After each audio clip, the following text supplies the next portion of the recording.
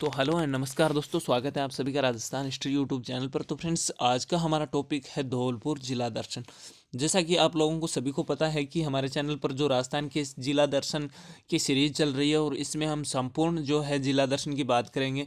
हम जो धौलपुर के कौन कौन से किले हैं, कौन सी नदियां हैं और कौन से महत्वपूर्ण व्यक्ति निकले यहाँ से, जो कौन कौन से अन्य महत्वपूर्ण तथ्य धौलपुर जिले से हैं, जैसे मंचकुंड हो गया, कोसकोर्दन जो शेरगढ़ किला हो गया, इन सभी की बातें करेंगे हम A to Z।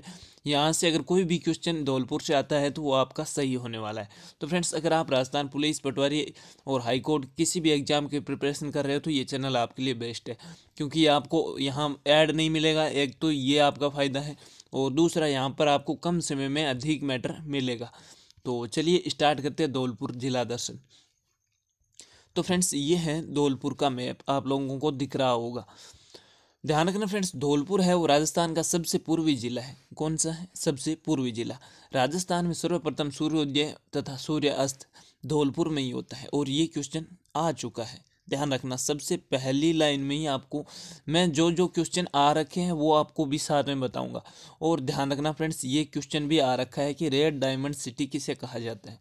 किसे कहा जाता है? धौलपुर को। तो ये भी आपको थोड़ा सा ध्यान रखना है। आगे धौलपुर का आप लोगों को सभी को पता है, क्योंकि ये राजस्थान का सबसे छोटा जिला है, इसलिए आपको इसका किलोमीटर, वर्ग किलोमीटर सब ध्यान है। 3034 वर्ग किलोमीटर कुछ बुक्स में है और कुछ में 33 है। और राजस्थान का सबसे बड़ा जिला कौन सा है? जैसलमेर। उसका क्षेत्रफल कितना है? 38,401 वर्ग किलोमीटर।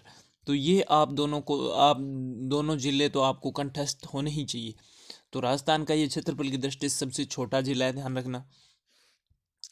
अब ये प्राचीन काल में क्या था? तो ध्यान रखना फ्रेंड्स, प्राचीन काल में जो धौलपुर है इस तथा इसके आसपास का क्षेत्र क्या कहलाता था? डांग क्षेत्र के नाम से जाना जाता था। ये क्वेश्चन आ सकता है। डांग क्षेत्र कहलाता था जो धौलपुर के आसपास का क्षेत्र था। और धौलपुर की स्थापना के बारे में पूछ ले तो किसने की थी? तोमर वंश के राजपूत राजा धवल देव ने की थी। किसने की थी? धवल देव ने। ये भी मोस्ट इंपॉर्टेंट है, ध्यान रखना। धवल देव ने धौलपुर की स्थापना की थी। अब जो स्वतंत्रता के पश्चात आप लोगों को भी बताया, एकीकरण का प्रथम चरण कौन था? मत्स्य संघ था। और मत्स्य संघ का जो नाम किस समिति की सिफारिश पर दिया गया था? KM मुंशी के सिफारिश पर, ध्यान रखना। और ये कब हुआ था? 18 मार्च 1949 को। तो इसी संघ यानी मत्स्य संघ में ही धौलपुर को शामिल कर लिया गया था। आप लोगों को भी पता है 4 रियासत शामिल हुई थी, A, B, C, D, Alwar, Bharatpur, Karauli और धौलपुर। धौलपुर को 15 अप्रैल 1982 को भरतपुर से अलग कर नवीन जिला बनाया गया। ये थोड़ा सा ध्यान रखने योग्य टॉपिक है, ध्यान रखना। आगे है 3 जून 2005 तक ये जयपुर संभाग में था। कहाँ था? 3 जून 2005 तक ये जयपुर संभाग में था, ध्यान रखना। और 4 जून 2005 को आप लोगों को भी पता है भरतपुर संभाग बन गया। और जो है इसे जो है भरतपुर, धौलपुर, करौली तथा सवाई माधोपुर को मिलाकर ही जो है भरतपुर संभाग बनाया गया था। अब ये राजस्थान का जो सबसे पूर्व में जिला तो धौलपुर है, लेकिन अगर इसकी तहसील और गांव पूछ ले तो ध्यान रखना, राजाखेड़ा तहसील है इसकी सबसे पूर्व में है और सिलाना गांव है। ये सबसे हमारा राजस्थान में पूर्व में सिलाना गांव पड़ता है। और धौलपुर की सीमा अगर पूछ ले तो उत्तर प्रदेश और मध्य प्रदेश दोनों राज्यों को टच करती है, ध्यान रखना। ये इंपॉर्टेंट फैक्ट है। तो फ्रेंड्स, अगर वीडियो पसंद आए तो लाइक ज़रूर कर दीजिएगा, अपने दोस्तों में शेयर ज़रूर कर दीजिएगा और इस वीडियो को एंड तक ज़रूर देखते रहिए अगर आप राजस्थान की किसी भी एग्ज़ाम की सीरियसली प्रिपरेशन कर रहे हो तो। अन्यथा आप लोगों घर वालों को दिखाने के लिए या अपनी जो मतलब खुद की भावनाओं को शांत करने के लिए पढ़ रहे हो तो कोई ज़रूरी नहीं है, आप स्किप भी कर सकते हैं। बाकी आपको जो मैटर मिल रहा है वो आपको अदर चैनल पर इतने कम समय में और इतना अधिक मैटर नहीं मिलेगा, चाहे कोई भी टीचर हो। धौलपुर के अन्य महत्वपूर्ण तथ्यों को आपको विशेष तौर पर याद रखना है, क्योंकि यहाँ से 100% क्वेश्चन है वो पुटअप होता है। आप लोगों को पता है 33 जिले अगर आपको याद होंगे राजस्थान के तो लगभग आपकी 60 से 65 जो % जीके है वो कवर इन्हीं से हो जाएगी, क्योंकि इनमें सभी लोग, देवता, नदियाँ और जो सारा इतिहास, भूगोल सारा कवर हो जाता है। तो ध्यान रखना, जो धौलपुर के अन्य महत्वपूर्ण तथ्यों में एक है दामोह। दमोह ये क्या है? तो ये ध्यान रखना, एक मनोहरकारी जो पर्यटक स्थल है। कहाँ है? धौलपुर में। यहाँ एक कुआं है। वर्षा काल में दमोह जलप्रपात के फुहारे 300 फीट की ऊंचाई से नीचे कुएं में गिरती है। ध्यान रखना, कितने फीट की ऊंची से? 300 फीट की, इसलिए जो एक बहुत ही शानदार पर्यटन के रूप में इसे विकसित किया गया। अब सेज क्या है, ध्यान रखना, धौलपुर में 25 नवंबर 2005 को, कब, 25 नवंबर 2005 को भारत सरकार के सैनिक समूह द्वारा स्पेशल इकोनॉमिक जोन स्थापित करने को मंजूरी दी गई है और यह राजस्थान का पहला मल्टी प्रोडक्ट सेज है। ध्यान रखना, यहाँ से क्वेश्चन पुटअप हो सकता है। राजस्थान का पहला सेज है वो धौलपुर में स्थापित किया है, किसने, सैनिकों के समूह द्वारा स्पेशल इकोनॉमिक जोन। ध्यान रखना। आगे हैं तहरीक ए मिल्लत, ये क्या है, तो धौलपुर जिला प्रशासन ने कोटा में प्रकाशित इस विवादास्पद पत्रिका पर रोक लगा दी। ये एक पत्रिका थी, ध्यान रखना। तो थोड़ा सा ध्यान रख लेना, तहरीक ए मिल्लत एक जो पत्रिका थी जिस पर विवाद था और ये कोटा से प्रकाशित होती थी और धौलपुर जिला प्रशासन ने इस पर रोक लगा दी है। अब बात करें शोभाबाई क्या है, तो सन 2002 में धौलपुर नगर पालिका के उपचुनाव में विजय प्राप्त करने वाली राजस्थान की पहली किन्नर शोभाबाई है। Very very very very very most important question यहाँ से हो सकता है कि राजस्थान की जो उपचुनाव में विजय प्राप्त करने वाली राजस्थान की प्रथम किन्नर कौन थी और किस जिले से संबंधित थी, तो इसका नाम आपको ध्यान रखना है, शोभाबाई थी और कहाँ की है, तो धौलपुर की है। ध्यान रखना, वेरी वेरी मोस्ट इंपॉर्टेंट, आप नोट कर लीजिए अगर याद नहीं रह रहा है तो।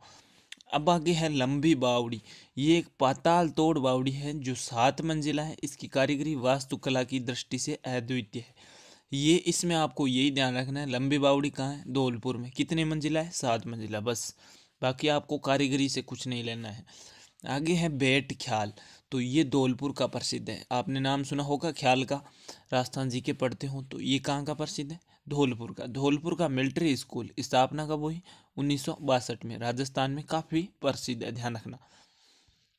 धौलपुर का ग्लास वर्कर्स है, यानी निजी क्षेत्र की कंपनी है, ये भी प्रसिद्ध है। दी हाईटेक प्रिसीजन ग्लास फैक्ट्री, ये भी सार्वजनिक क्षेत्र में, यहाँ पर जो शराब की बोतलों का निर्माण होता है और ये क्वेश्चन भी आ रखा है कि जो राजस्थान में शराब की बोतलों का निर्माण कौन सी कंपनी करती है, तो दी हाईटेक प्रिसीजन ग्लास फैक्ट्री करती है।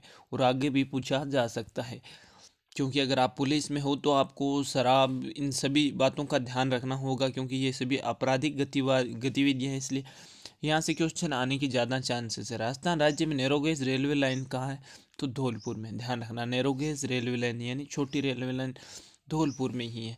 लाल पत्थर लाइम स्टोन जोधपुर धौलपुर के ही प्रसिद्ध है। ध्यान रखना, लाइम स्टोन और लाल पत्थर कहाँ के प्रसिद्ध है, धौलपुर के। रेड डायमंड के नाम से प्रसिद्ध धौलपुर जिले की आय का प्रमुख साधन ये लाल पत्थर ही है और यहाँ पर पत्थर की 4 किस्में, sand stone, masonry stone, lime stone तथा बजरी पाई जाती है। ये चारों आपको याद होनी चाहिए। यहाँ से पूछा जा सकता है कि निम्न में से ऑप्शन में आपको दे देगा कि धौलपुर में कौन से जो पत्थर की किस्म नहीं पाई जाती है या पाई जाती है, तो sand stone, masonry stone, lime stone और बजरी। ध्यान रखना। आगे हैं महमूद धौलपुरी, तो धौलपुर निवासी हारमोनियम वादक, वर्ष 2006 में पद्म श्री पुरस्कार से सम्मानित। धौलपुरी दिल्ली विश्वविद्यालय के संगीत विभाग में कार्यरत थे और इनका 5 मई 2011 को क्या हो गया, नई दिल्ली में ही निधन हो गया। तो महमूद धौलपुरी का थोड़ा सा ध्यान रख लेना। ये धौलपुरी नाम से ये तो याद हो जाएगा कि ये धौलपुर के हैं, लेकिन ये क्या करते थे, हारमोनियम वादक थे, ये थोड़ा सा ध्यान रख लेना। और 2006 में इनको पद्म श्री भी मिल चुका है। आगे फ्रेंड्स, अगर वीडियो पसंद आई तो लाइक ज़रूर कर दीजिएगा और अपने दोस्तों में शेयर ज़रूर कर दीजिएगा। बाकी आपको राजस्थान जीके के नोट्स और पीडीएफ के लिए आप हमारे टेलीग्राम ग्रुप में जुड़ सकते हैं, जहां पर सारे नोट्स और पीडीएफ एक साथ मिल जाएंगे। और वहां पर मैं कुछ मोटिवेशनल वीडियो भी डालता हूं, जिससे आपकी जो है पढ़ाई के प्रति जो है रुचि बनी रहे और आपको आपका लक्ष्य हमेशा आंखों के सामने रहे। तो फ्रेंड्स, बाकी इस चैनल पर आप पढ़ते रहिए। आपको मैं राजस्थान पुलिस और पटवारी एग्जाम से पहले सारा मैटर दे दूंगा, वो भी बिना किसी ऐड के। तो अब बात कर लेते हैं धौलपुर जिले के ऐतिहासिक और दर्शनीय स्थल कौन कौन से। तो यहाँ से भी काफ़ी बार क्वेश्चन पुटअप हो जाता है। तो शेरगढ़ का किला है सबसे पहले, वेरी मोस्ट इंपॉर्टेंट। इसका उपनाम क्या है, दक्कन का द्वारगढ़ या दक्षिण का द्वारगढ़। शेरगढ़ दुर्ग है, ध्यान रखना, चंबल नदी के किनारे। किस नदी के, चंबल नदी के किनारे। ध्यान रखना, कोटा भी चंबल नदी के किनारे ही है। और ध्यान रखना, मध्य प्रदेश और उत्तर प्रदेश की सीमा के किनारों पर स्थित ये है। ध्यान रखना, जो शेरगढ़ दुर्ग है एक तो चंबल नदी के किनारे है, एक मध्य प्रदेश और उत्तर प्रदेश की सीमा पर स्थित एक गिरि दुर्ग है। इसकी श्रेणी थोड़ी सी ध्यान रख लेना, बाकी इसका निर्माण आपसे नहीं पूछा जाएगा। कुषाण वंश के शासक मालदेव ने करवाया था। 11वीं शताब्दी में पाल वंश के जो धोरपाल अथवा देवीपाल ने इस दुर्ग का पुनर्निर्माण करवाया था। बाद में शेरशाह सूरी ने 1540 में इसका जीर्णोद्धार करवाया और ये शेरशाह सूरी के नाम पर इसका नाम क्या रखा गया, शेरगढ़ रखा गया था। थोड़ा सा ध्यान रख लेना, शेरशाह के गुरु कौन थे, मीर सैयद की मज़ार भी इसी दुर्ग में, और ग्वालियर जाते समय अकबर ने एक रात इसी दुर्ग में गुजारी थी। यहाँ से थोड़ा सा मोस्ट इम्पोर्टेंट हो जाता है कि अकबर ने एक रात यहाँ पर गुजारी थी। और जो शेरशाह सूरी के गुरु थे कौन, मीर सैयद की मज़ार भी इस दुर्ग में है। और इस दुर्ग में 19 फीट लंबी हुंकार तोप थी जिसका निर्माण कीर्त सिंह ने करवाया था। वर्तमान में इंदिरा पार्क में रखी गई है। ध्यान रखें, शेरगढ़ दुर्ग के नाम से एक किला 12 जिले में भी है। वेरी मोस्ट इम्पोर्टेंट है, ध्यान रखना। बाड़ी का किला ध्यान रखना, इस किले का निर्माण 1444 में हुआ था। इस किले से संबंध फारसी में लिखित शिलालेख के अनुसार इस किले में हुमायूं के समय के बाद के समय तक की अनेक मस्जिदें और मकबरे हैं। ये ज़्यादा मोस्ट इम्पोर्टेंट नहीं है, बाकी बस इतना ही ध्यान रखना कि बाड़ी का किला कहाँ है, धौलपुर में। ये वेरी मोस्ट इम्पोर्टेंट है, धौलपुर टावर या जिसे घंटाघर भी कहा जाता है। धौलपुर के घंटाघर को निहाल टावर के नाम से जाना जाता है। इसका निर्माण निहाल सिंह ने 1880 ईस्वी के प्रारंभ में करवाया था और 1910 ईस्वी में राम सिंह के काल में जो पूर्ण हुआ था। अब यहाँ से थोड़ा सा यह ध्यान रख लेना कि ये टावर है 8 मंजिला और 8वीं मंजिल पर एकमात्र जो छतरी है। इस घंटे की घड़ी का जो निर्माण है इंग्लैंड की कंपनी किसने, मेसर्स जिलेट जॉन क्रॉपडॉन द्वारा किया गया। तो ये आप नोट कर लीजिए कि जो निहाल टावर में अब की बार आप लोगों को भी पता है कि जो एग्ज़ाम का लेवल है वो टफ हो गया है। तो क्वेश्चन ये ऐसे ही बनेंगे कि जैसे धौलपुर का जो निहाल टावर है उसकी घड़ी का निर्माण कहाँ हुआ और किस कंपनी ने किया, तो इंग्लैंड की कंपनी मेसर्स जिलेट जॉनसन क्रॉपडॉन ने किया था। आगे बात करें मंचकुंड, ध्यान रखना ये भी मोस्ट इम्पोर्टेंट है क्योंकि ये तीर्थों का भांजा है। तो तीर्थराज पुष्कर को जहाँ समस्त तीर्थ स्थलों का मामा कहा जाता है, वहीं धौलपुर के मंचकुंड को तीर्थों का भांजा कहा जाता है। Very most important. और तीर्थों की नानी देवयानी जयपुर को कहा जाता है। ये तीनों फैक्ट आपको एक साथ याद होने चाहिए। जब भी किसी भी एक फैक्ट का नाम आए तो आप तीनों को रिवाइज कीजिए। तीर्थों का मामा पुष्कर, तीर्थों का भांजा मंचकुंड धौलपुर और तीर्थों की नानी देवयानी जयपुर। यहाँ प्रतिवर्ष भादो सुदी छठी को जो है मेला लगता है और श्रद्धालुओं की मान्यता है कि इस तालाब में स्नान करने से क्या होता है, चर्म रोग का निवारण होता है। इसका वैज्ञानिक पक्ष ये है कि मंचकुंड में बरसात के दिनों में पहाड़ों से आया पानी एकत्रित होता है जिसमें गंधक तथा अन्य रसायन मिले होने से जो चर्म रोग को ठीक करने में सहायक माने जाते हैं। बाकी कुछ भी हो, लोगों का विश्वास है तो आप लोगों को भी विश्वास करना होगा। शेर शिकार गुरुद्वारा, तो ये भी सिखों के छठे गुरु हरगोविंद सिंह ने 1662 में ग्वालियर जाते समय यहाँ ठहरे थे। उन्होंने मंचकुंड के समीप ही एक शेर की जो गर्दन को तलवार के एक ही झटके से धड़ से अलग कर दिया था। उनकी स्मृति में ये गुरुद्वारा बनाया गया है, ध्यान रखना, वेरी मोस्ट इंपॉर्टेंट है। आगे है राधा बिहारी मंदिर, इसका भी आपको थोड़ा सा नॉलेज होना चाहिए। धौलपुर पैलेस के समीप स्थित इस मंदिर के पास जो है धौलपुर राज परिवार के सदस्यों की छतरियां हैं। किस मंदिर के पास, राधा बिहारी मंदिर के पास। अब सेपेहू महादेव मंदिर भी धौलपुर में है। कौन सा, सेपेहू महादेव। आगे है सोने का गुर्जा, तो ये मोस्ट इंपॉर्टेंट है। धौलपुर के बाड़ी कस्बे में कुछ दूरी पर सोने का गुर्जा नामक स्थान पर अशोककालीन शिव मंदिर है और इसके समीप एक गढ़ है जिसे देवहंस गढ़ी के नाम से जाना जाता है। आप एक तो ये ध्यान रखिए कि सोने का गुर्जा है कहाँ, धौलपुर में, ध्यान रखना। और यहाँ पर अशोककालीन शिव मंदिर भी है, ये भी ध्यान रखना। और इसे क्या कहा जाता है, देवहंस गढ़ी कहा जाता है, ये भी आपको ध्यान रखना है। कमल के फूल का बाग, वेरी मोस्ट इम्पोर्टेंट है। कमल के फूल का बाग मंचकुंड तीर्थ स्थल के नज़दीक ही कमल के फूल का बाग है और चट्टान काट कर बनाए हुए, इसे ध्यान रखना।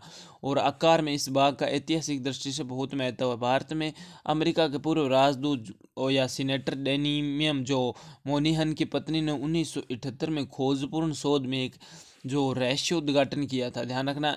इसकी प्रथम जो मुगल बादशाह बाबर की आत्मकथा तुजुके बाबरी में जिस कमल के बाग का वर्णन है वो भी यही है जो कि धौलपुर में पड़ता है, ध्यान रखना।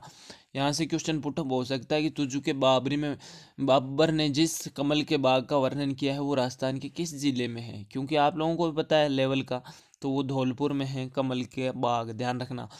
अब धौलपुर ज़िले के हमने जो लगभग सारे फैक्ट पढ़ लिए हैं, बस थोड़ा सा 1-2 मिनट की नदियाँ और बची है वो भी देख लेते हैं और 1-2 वन्य जीव अभ्यारण्य है, उसके बाद विधिवत रूप से हमारा ज़िला कंप्लीट हो जाएगा। तो धैर्य बनाए रखिए, क्योंकि धैर्य के बिना आपको सफलता नहीं मिलेगी। कड़ी मेहनत के साथ धैर्य और ज़िद बना लो अपनी जो स्टडी को, क्योंकि ज़िद ही है जो आपको जो दिन रात मेहनत करने पर मजबूर कर देती है। बात करें धौलपुर ज़िले की प्रमुख नदियों की, तो ज़िले में जो मुख्यतः चंबल और पार्वती 2 नदियां हैं, मुख्यतः यही 2 नदियां हैं, आपको ध्यान रखना है। पार्वती नदी पर एक जलाशय है, इसका नाम क्या है, पार्वती बांध है, इसलिए इजली याद हो जाएगा, पार्वती नदी है और पार्वती नदी पर पार्वती बांध है।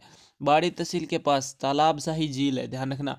तालाब शाही झील कहाँ पर है, ध्यान रखना, धौलपुर में। किस तहसील में, बाड़ी तहसील में।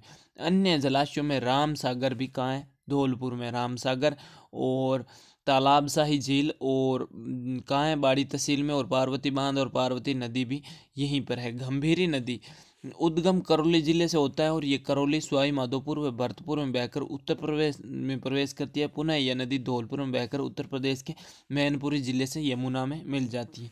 तो थोड़ा सा ध्यान रख लेना, जो गंभीरी नदी भी धौलपुर में बहती है।